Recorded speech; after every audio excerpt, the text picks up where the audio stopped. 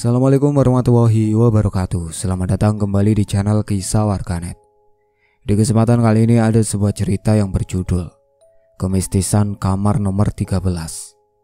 Seperti apa ceritanya? Tanpa banyak basa-basi lagi, mari kita masuk ke ceritanya.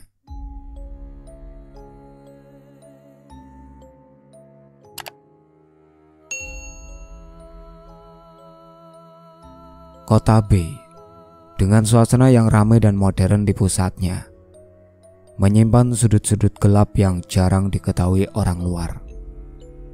Di pinggiran kota yang terabaikan, di antara jalan-jalan sempit dan gang-gang yang menghitam oleh usia, berdiri sebuah penginapan tua bernama Penginapan Sunyi.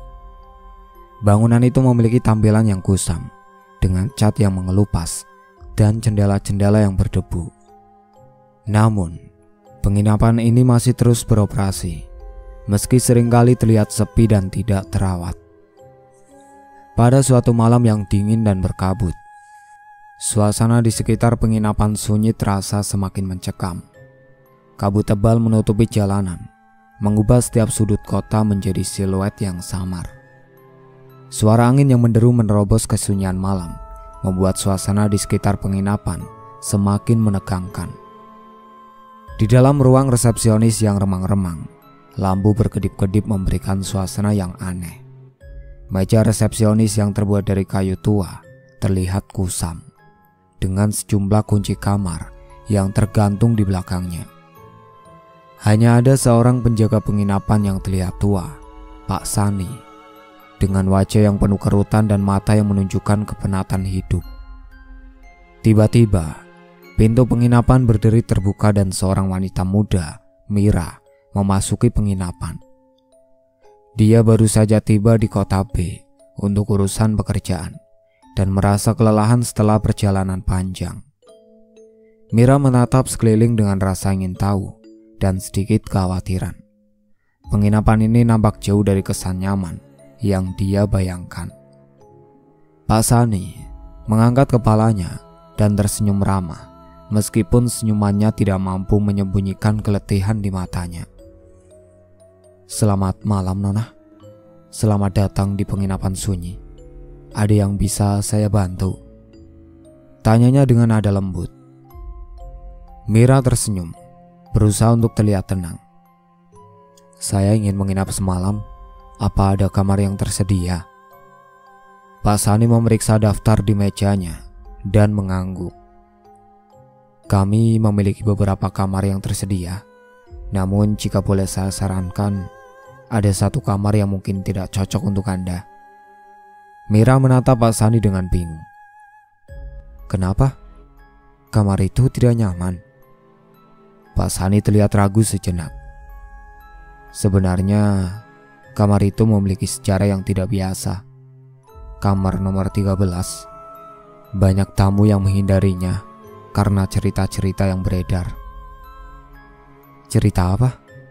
Tanya Mira, mulai merasa penasaran. Pak Sani menarik nafas panjang, matanya menatap kosong keluar jendela. Ada legenda lokal yang mengatakan bahwa kamar nomor 13 membawa kutukan bagi siapapun yang menginap di sana. Beberapa orang mengklaim bahwa mereka mengalami hal-hal aneh, suara-suara tidak jelas, dan bahkan penampakan. Mira merasa merinding mendengar cerita itu, tetapi dia mencoba untuk tidak menunjukkan ketakutannya. Saya akan ambil kamar itu. Mungkin saya bisa membuktikan bahwa cerita-cerita itu hanya mitos.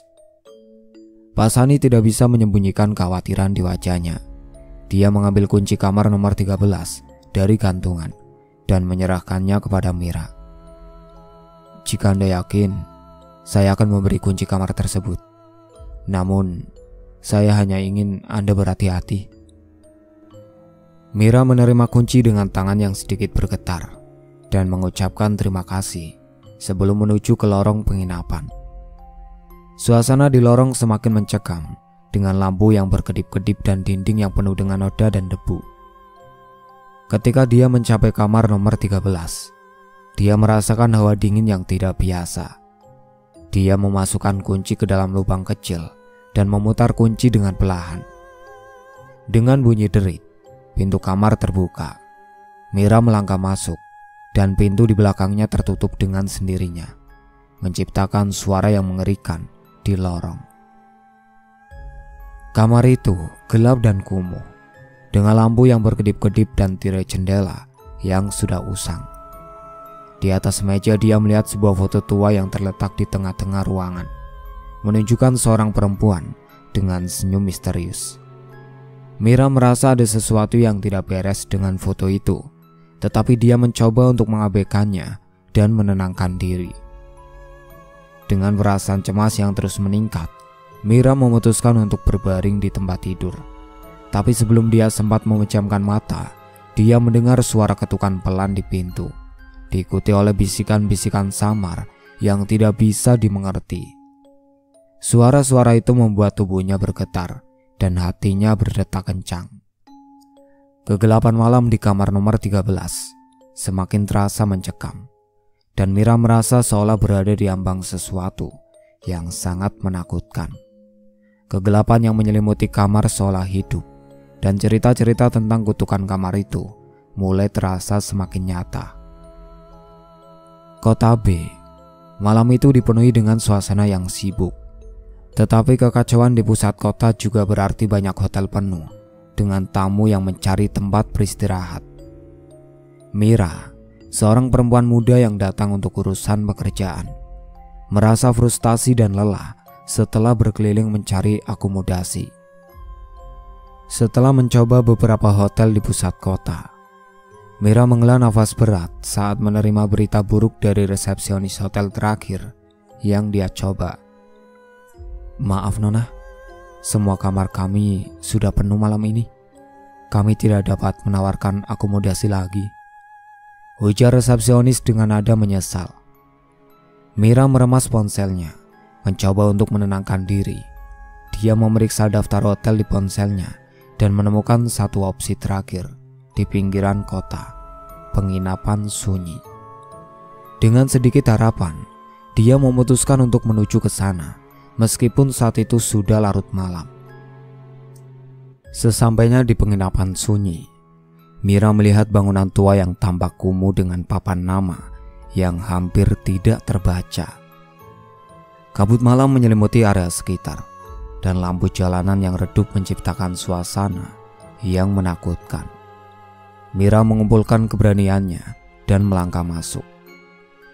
Di dalam penginapan suasana terasa suram dan sedikit menakutkan. Meja resepsionis yang terbuat dari kayu tua berdiri di tengah ruang tamu yang gelap, dengan lampu gantung yang berkedip-kedip, memberikan cahaya yang tidak merata.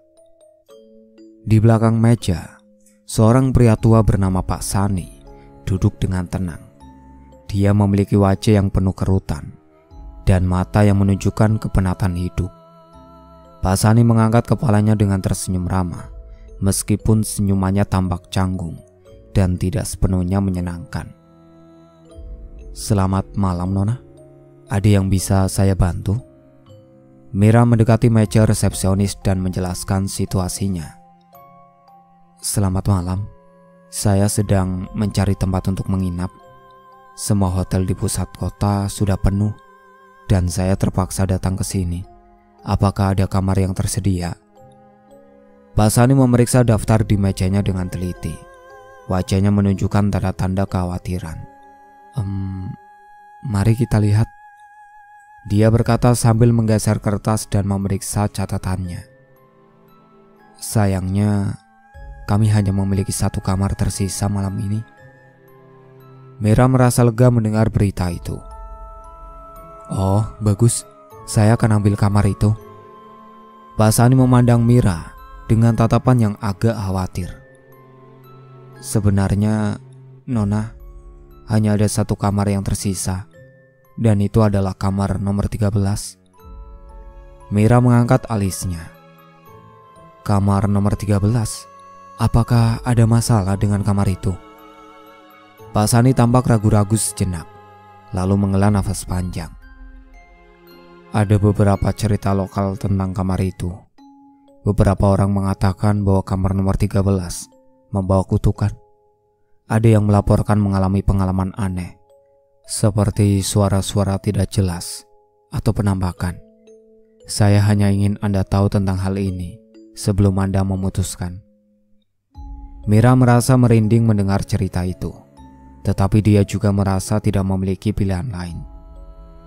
Sungguh, itu terdengar menakutkan, tapi saya rasa saya tidak punya pilihan lain. Saya hanya perlu tidur malam ini. Pak Sani mengangguk perlahan dan mengambil kunci dari gantungan di belakang meja. Baiklah, jika Anda yakin, ini kunci untuk kamar nomor 13. Saya harap Anda baik-baik saja. Mira menerima kunci dengan tangan sedikit bergetar, mencoba untuk tidak menunjukkan rasa takutnya. Terima kasih Pak Sani, saya akan masuk ke kamar sekarang. Saat Mira menuju ke lorong penginapan, Pak Sani memandangnya dengan penuh perhatian, seolah-olah ingin mengatakan sesuatu lagi. Nona Mira? Dia memanggil sebelum Mira sepenuhnya pergi. Jika Anda mengalami sesuatu yang tidak biasa, jangan ragu untuk memberitahu saya. Kami tidak ingin ada yang mengalami hal buruk di sini. Mira tersenyum lemah dan mengangguk. Tentu Pak Sani, terima kasih atas peringatannya. Dia melanjutkan perjalanannya menuju kamar dengan rasa campur aduk. Suasana di lorong semakin mencekam dengan lampu yang berkedip-kedip dan dinding-dinding yang penuh dengan noda dan debu. Ketika dia sampai di depan pintu kamar nomor 13, dia merasa jantungnya berdebar kencang. Dia memasukkan kunci ke dalam lubang kunci dan memutar kunci dengan perlahan, dengan bunyi derit yang menakutkan. Pintu kamar terbuka dan Mira melangkah masuk, memasuki kegelapan yang menunggu di dalam kamar itu. Dengan rasa penasaran dan sedikit ketegangan, Mira melangkah lebih dalam ke dalam kamar, tanpa menyadari bahwa malam itu akan membawa pengalaman yang akan mengubah hidupnya selamanya. Mira memegang kunci dengan tangan yang sedikit bergetar saat dia melangkah keluar dari resepsionis.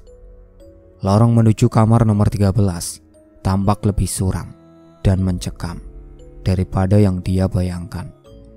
Lampu-lampu neon yang berkedip-kedip memberikan suasana yang hampir menyeramkan, menciptakan bayangan-bayangan yang bergerak di dinding.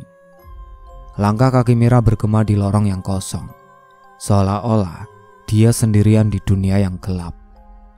Ketika Mira akhirnya sampai di depan pintu kamar nomor 13, dia merasakan sebuah getaran dingin di udara, membuatnya merasa lebih cemas. Pintu kamar itu terlihat tua dan cacat, dengan cat yang mengelupas dan engsel yang berkarat. Mira menarik nafas panjang, mencoba untuk menenangkan diri, dan memutar kunci ke dalam lubang kunci.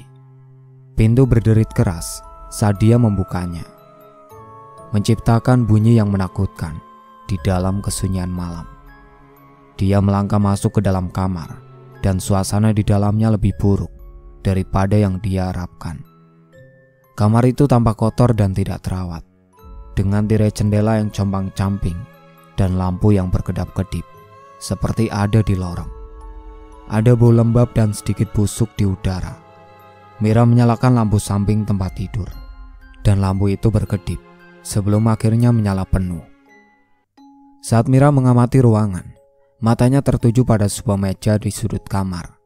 Di atas meja itu terdapat sebuah foto tua yang menarik perhatian.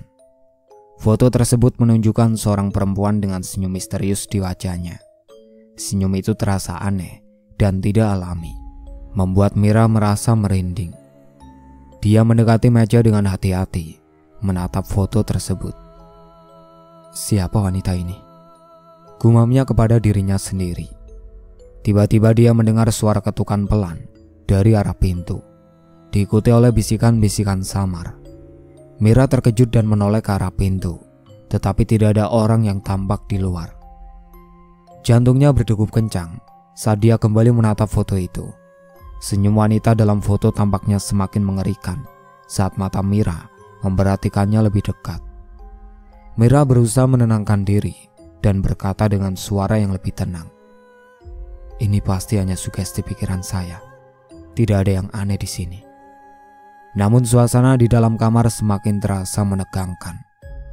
Lampu berkedip lebih sering dan lebih cepat, seolah-olah berusaha untuk memberitahunya sesuatu. Mira berusaha untuk mengalihkan perhatiannya dan mulai membuka koper untuk mencari sesuatu yang bisa dia gunakan untuk membuat kamar terasa lebih nyaman. Namun, perasaan tidak nyaman terus menghantui pikirannya. Tak lama setelah itu terdengar ketukan yang lebih keras dari pintu. Kali ini disertai dengan suara bisikan yang lebih jelas. Mira. Mira terkejut dan berdiri di tempat, menatap pintu dengan ketegangan yang meningkat. Ada seseorang di luar? Tanyanya dengan nada cemas, tetapi hanya keheningan yang menjawabnya. Dia mendekati pintu dan menempelkan telinganya pada permukaan pintu. Mencoba mendengar lebih jelas. Suara bisikan itu semakin jelas dan terdengar semakin dekat. Kamu tidak akan pergi dari sini. Bisik suara itu dengan nada yang penuh ancaman. Mira mundur dari pintu dengan cepat. Jantungnya berdebar sangat kencang. Dia mencoba untuk tetap tenang dan memutuskan untuk memeriksa foto di meja sekali lagi. Senyum wanita dalam foto itu tampaknya semakin lebar dan lebih mengerikan seiring dengan ketegangan yang semakin meningkat di kamar. Ini tidak mungkin. Mira berbisik kepada dirinya sendiri. Ini hanya permainan pikiran saya.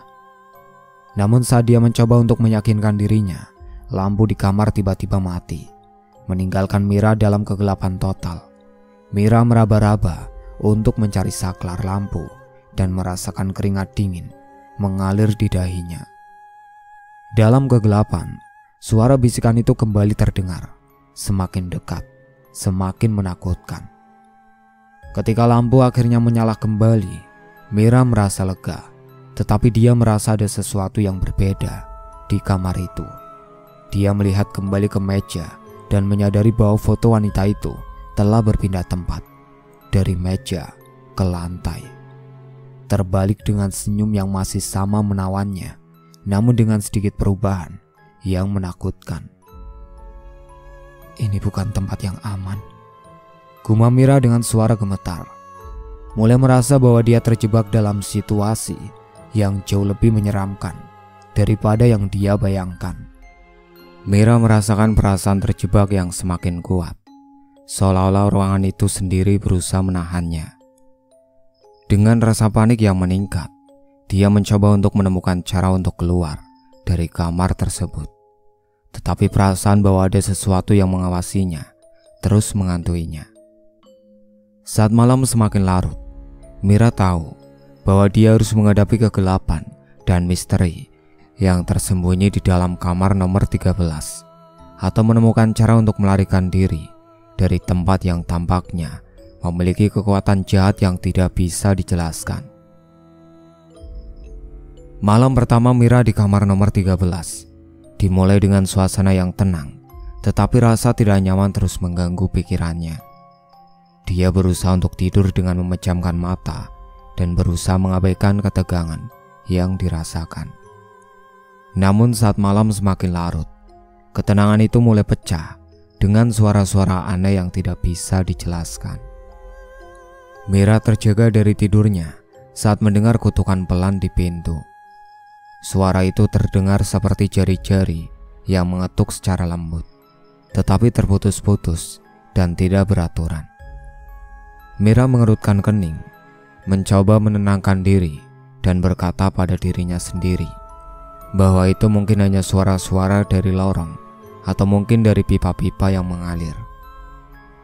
Ayo Mira, itu hanya imajinasimu, bisiknya kepada dirinya sendiri sambil menutup mata dan mencoba kembali tidur. Namun suara ketukan itu semakin sering dan semakin keras. Ketika suara itu berhenti sejenak, Mira mulai mendengar bisikan lembut dari balik dinding, seolah ada seseorang yang sedang berbisik dengan nada yang sulit dipahami. Kamu tidak akan bisa tidur nyenyak di sini. Bisik suara itu membuat Mira menggigil. Dia duduk di tempat tidur dengan gelisah, berusaha untuk mengidentifikasi dari mana suara itu berasal. Ada seseorang di luar? Tanyanya dengan nada gemetar, tetapi tidak ada jawaban. Langkah kaki yang berat tiba-tiba terdengar di lorong di luar kamar. Suara langkah itu bergema di dalam kegelapan, seperti seseorang yang berjalan dengan berat hati.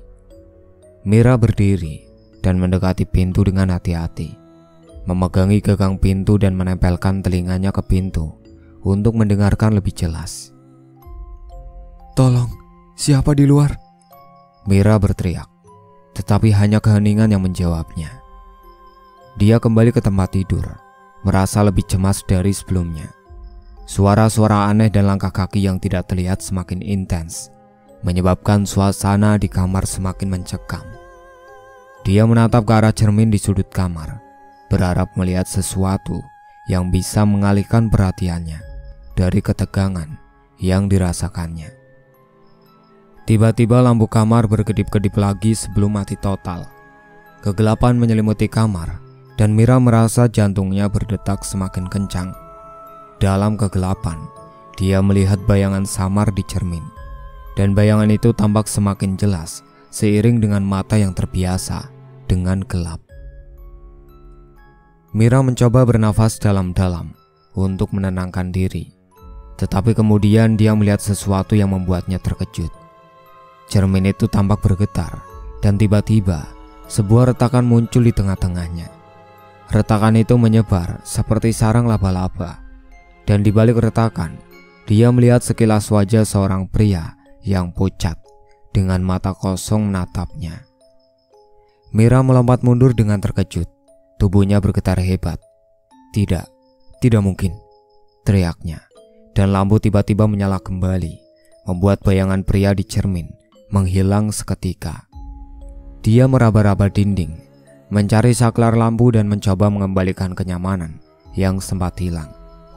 Cermin itu masih retak, dan bayangan pria yang pucat sepertinya hanya sebentar, tetapi cukup untuk membuat Mira merasa sangat ketakutan. Dia duduk di lantai dengan kaki bergetar sambil memegangi lututnya dan mencoba untuk berpikir jernih. Saat lampu menyala sepenuhnya, Mira memeriksa cermin dengan hati-hati. Wajah pria itu sudah tidak terlihat lagi, tetapi retakan di cermin masih ada, memberikan kesan yang menakutkan. Mira berusaha untuk menenangkan diri dan berbicara dengan suara yang lebih mantap. "Ini hanya mimpi buruk," katanya kepada dirinya sendiri, berusaha meyakinkan diri bahwa semua ini tidak nyata, hanya sebuah ilusi. Namun saat dia berusaha untuk kembali ke tempat tidur, suara bisikan itu terdengar lagi, kali ini lebih jelas dan lebih menakutkan. "Kami sudah menunggumu. Kamu tidak akan bisa melarikan diri." Mira merasakan kepanikan yang mendalam dan mulai merasa terjebak. Dia tahu bahwa suara-suara ini bukan hanya permainan pikirannya. Ada sesuatu yang lebih gelap dan lebih menakutkan di kamar ini daripada yang bisa dijelaskan dengan logika. Dia memutuskan untuk mencari jalan keluar dari kamar, tetapi dengan pintu yang tidak bergerak dan suasana yang semakin menegangkan, Mira merasa seolah-olah dia benar-benar terjebak dalam kegelapan yang melingkupi kamar nomor 13. Dengan tekad yang makin menipis, Mira berusaha menghadapi ketegangan dan misteri yang mengelilinginya, berusaha untuk mencari tahu apa yang sebenarnya terjadi dan bagaimana dia bisa selamat dari teror yang menyertainya. Ketika Mira menyadari bahwa pintu kamar tidak bisa dibuka, panik mulai merasuki dirinya. Dia meraih gagang pintu dan mencoba menariknya dengan semua kekuatan yang dia punya. Tetapi pintu itu tetap tidak bergerak. Jari-jarinya yang gemetar tidak bisa diputar. "Mengapa ini tidak bisa dibuka?" gumamnya dengan nada frustasi, menarik pintu dengan kuat. "Pak Sani, ada seseorang di luar?" Tidak ada jawaban dari luar kamar. Suara-suara bisikan yang menyeramkan mulai terdengar lagi, semakin jelas dan semakin mendalam. Bisikan itu seperti datang dari segala arah, seolah ada beberapa suara yang berbicara bersamaan. "Kamu tidak akan pergi dari sini," bisik suara-suara itu dengan nada dingin dan mengancam, "Kamu milik kami." Mira merasa jantungnya berdegup kencang. Tolong, ada seseorang di luar, tolong bantu aku," teriaknya dengan putus asa. Tetapi suara bisikan itu hanya semakin keras. "Tidak ada yang bisa membantu kamu." Suara itu terdengar lebih jelas dan lebih menakutkan. "Kami sudah menunggumu." Mira merasakan kepanikan yang semakin memuncak. Dia melompat dari pintu dan mulai memeriksa seluruh ruangan dengan cepat, mencari cara untuk melarikan diri. Dia mencoba membuka jendela, tetapi jendela itu tertutup rapat dan tampak tidak bisa dibuka. Lampu berkedip-kedip lebih sering, menciptakan bayangan-bayangan yang menari di dinding. Tidak, aku tidak mau terjebak di sini," Mira berteriak, berusaha untuk berpikir jernih dan mencari solusi. Dia mulai merobek selimut dari tempat tidur dan mencoba menjadikannya alat untuk menghancurkan jendela, tetapi selimut itu terlalu lemah untuk memecahkan kaca. Dia kemudian mendekati meja tempat foto misterius itu berada dan melihat bahwa foto itu sekarang tampak sedikit berubah. Senyum wanita dalam foto terlihat lebih lebar dan lebih mengerikan. Mira merasa gelisah dan berbalik untuk mencari sesuatu yang bisa dia gunakan sebagai alat untuk melawan. Tiba-tiba, suara ketukan di pintu semakin intens dan bisikan-bisikan yang menakutkan mulai terdengar lebih dekat, seolah ada sesuatu yang sedang mendekat. "Kami sudah menunggu, Mira. Kamu tidak bisa lari." Mira terhenti sejenak, mencoba untuk mendengar dari mana suara itu datang. "Siapa kamu? Apa yang kamu inginkan dari saya?" tanyanya dengan suara yang bergetar, tetapi hanya suara ketukan dan bisikan yang menjawabnya. Dia mencoba berfokus dan berpikir cepat. Apa yang harus aku lakukan? Bagaimana caranya keluar dari sini? Dia meraba-raba dinding mencari celah atau sesuatu yang bisa membantunya melarikan diri. "Ini semua hanya permainanmu," bisik suara itu dengan nada mengerikan. Tidak ada jalan keluar. Mira merasakan hawa dingin di sekelilingnya semakin intens. Rasa dingin itu menyentuh kulitnya dan membuatnya merasa terjebak dalam pelukan kegelapan yang tidak bisa dia hindari. Dia merasakan tekanan di badannya dan mulai kesulitan bernafas. Ini tidak nyata. Mira berusaha meyakinkan dirinya sendiri. Ini hanya mimpi buruk. Aku harus bangun dari sini. Namun suasana di kamar semakin menakutkan. Kekuatan tak terlihat seolah menghalangi usahanya untuk keluar. Mira mulai merasakan sesuatu yang berat dan menekan di dadanya, seolah ada kekuatan jahat yang mencoba menahannya. Dengan putus asa, Mira meraih barang-barang di sekitar kamar dan melemparkannya ke pintu, berusaha membuat suara dan memaksa pintu terbuka. "Tolong, apa ada orang di luar?" teriaknya sekali lagi, berharap ada seseorang yang mendengarnya. Saat dia melemparkan sebuah kursi kecil ke pintu, dia mendengar suara gemuruh yang menakutkan, seolah ada sesuatu yang bangkit dari kegelapan. Pintu tetap tidak bergerak dan suara bisikan itu semakin keras, seolah-olah seluruh ruangan menjadi saksi dari terornya. "Tidak ada yang bisa menolongmu sekarang, Mira," bisik suara itu dengan nada penuh kemenangan. "Kamu sudah menjadi bagian dari tempat ini. Tidak ada jalan keluar." Mira jatuh terduduk di lantai dengan rasa putus asa. Dia merasa seolah seluruh harapan dan kepercayaan mulai pudar. Dalam kegelapan dan teror, Mira hanya bisa berharap bahwa ada cara untuk mengatasi kekuatan jahat ini dan menemukan jalan keluar dari kamar yang terkutuk ini.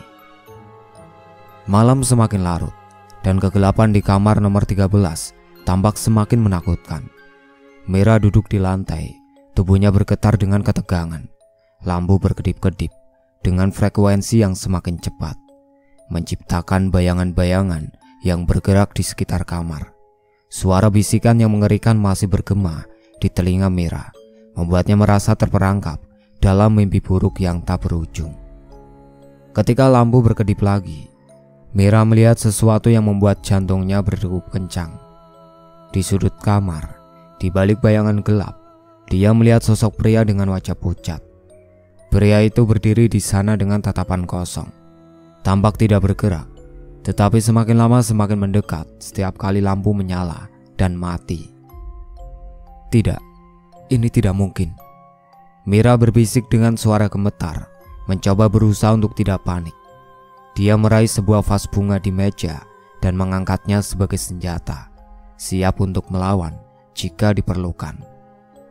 Pria itu menghilang setiap kali lampu berkedip, hanya untuk muncul kembali di tempat yang berbeda. Setiap kali Mira mencoba untuk mendekatinya, sosok pria itu menghilang, seolah-olah menyerap dalam kegelapan. Dan saat Mira berbalik, dia akan melihat pria itu di sudut lain kamar, semakin mendekat. Mira mulai merasakan ketegangan yang semakin memuncak. "Apa yang kamu inginkan dari aku?"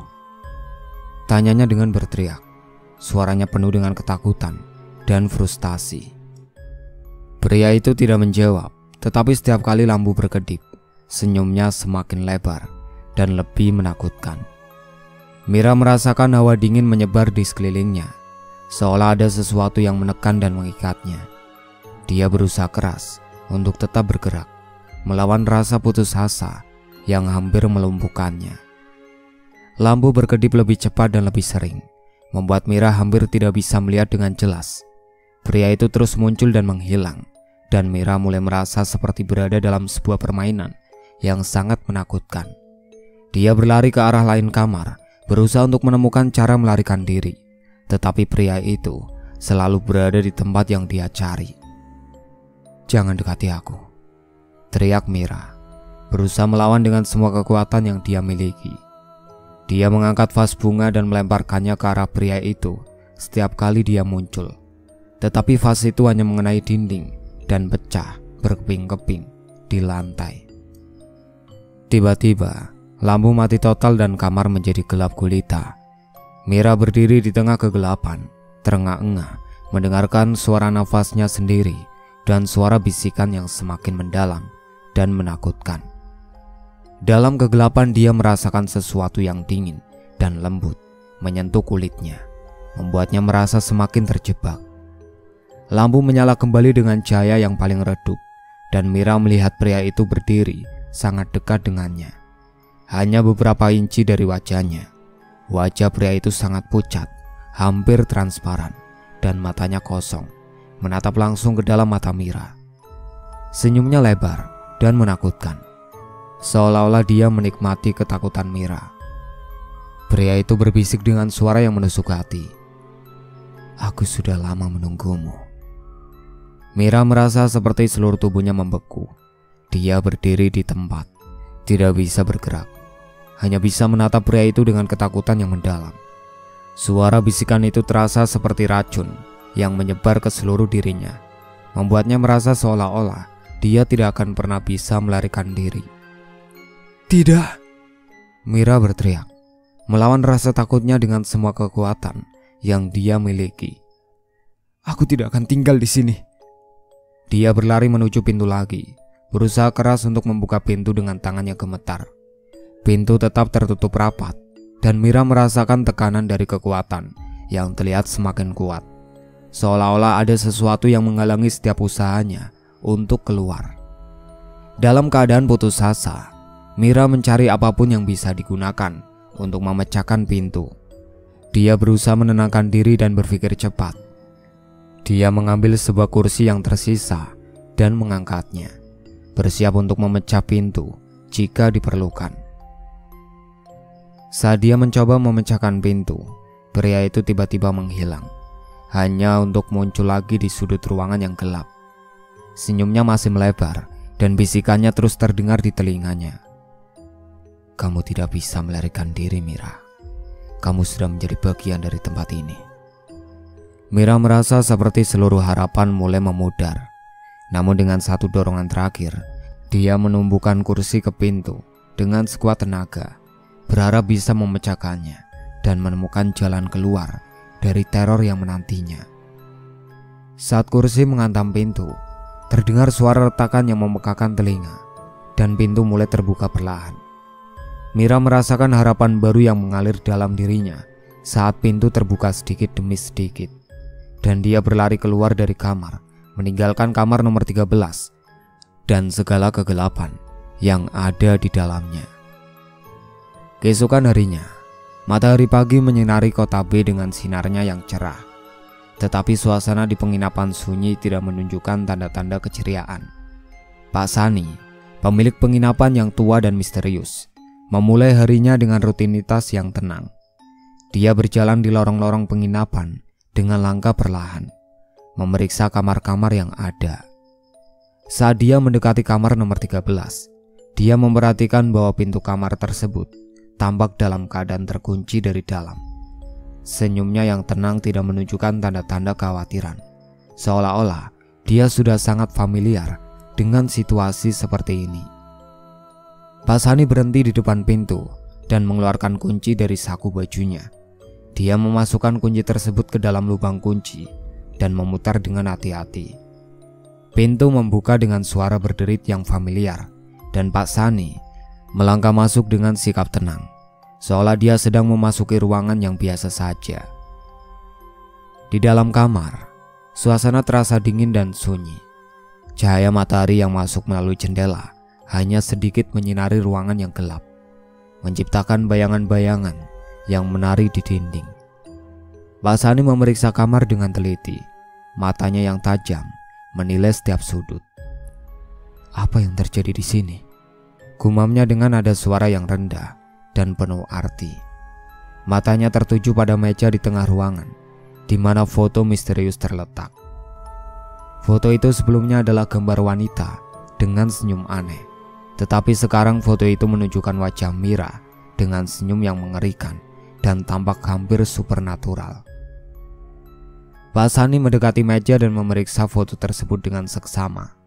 Senyum Mira dalam foto terlihat lebih lebar dari sebelumnya, seolah-olah dia mengetahui sesuatu yang tidak diketahui oleh orang lain. Pak Sani merasakan keanehan dalam foto itu, tetapi ekspresi wajahnya tetap tenang, tanpa menunjukkan rasa takut atau terkejut. Dia melirik sekeliling kamar, melihat bahwa semuanya tampak rapi dan tidak ada tanda-tanda kekacauan. Semua barang berada di tempatnya dan tidak ada jejak perjuangan atau kekacauan yang menunjukkan adanya kejadian yang luar biasa. Pak Sani memandang kembali ke arah foto dengan senyum tipis di wajahnya. Dia mengambil foto tersebut dan menyimpannya dengan hati-hati di dalam saku bajunya. Dengan gerakan yang terampil, dia mengunci pintu kamar kembali dan menyimpan kunci dengan rapi di tempat yang sudah ditentukan. Seperti biasa, bisiknya kepada dirinya sendiri dengan nada penuh kepuasan. Kita harus siap untuk tamu berikutnya. Dia meninggalkan kamar dengan langkah ringan, meninggalkan kamar nomor 13 dalam keadaan yang sama seperti sebelumnya. Ruangan itu kembali tertutup rapat, menyimpan rahasia dan kegelapan yang hanya bisa dipahami oleh mereka yang berani memasuki tempat itu. Pak Sani menyusuri lorong penginapan dengan keyakinan, seolah dia tahu bahwa kegelapan akan selalu ada di dalam kamar nomor 13, menunggu kedatangan tamu berikutnya yang tidak tahu apa yang akan mereka hadapi di dalam dirinya. Pak Sani tahu bahwa kamar nomor 13 adalah bagian dari rutinitasnya yang tak terhindarkan.